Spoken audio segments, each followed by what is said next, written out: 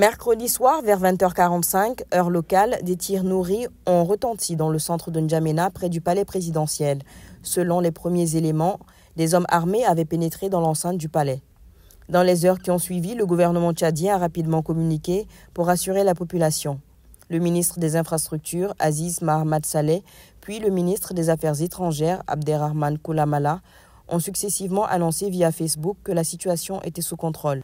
Lors d'une intervention à la télévision nationale dans la nuit de mercredi à jeudi, Abderrahmane Koulamala a fourni un récit détaillé des événements, notant que l'attaque a impliqué 24 personnes arrivées à bord d'un véhicule qui aurait simulé une panne devant la présidence.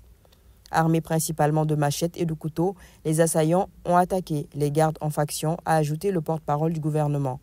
Le bilan officiel fait état de 19 morts, 18 assaillants et un garde.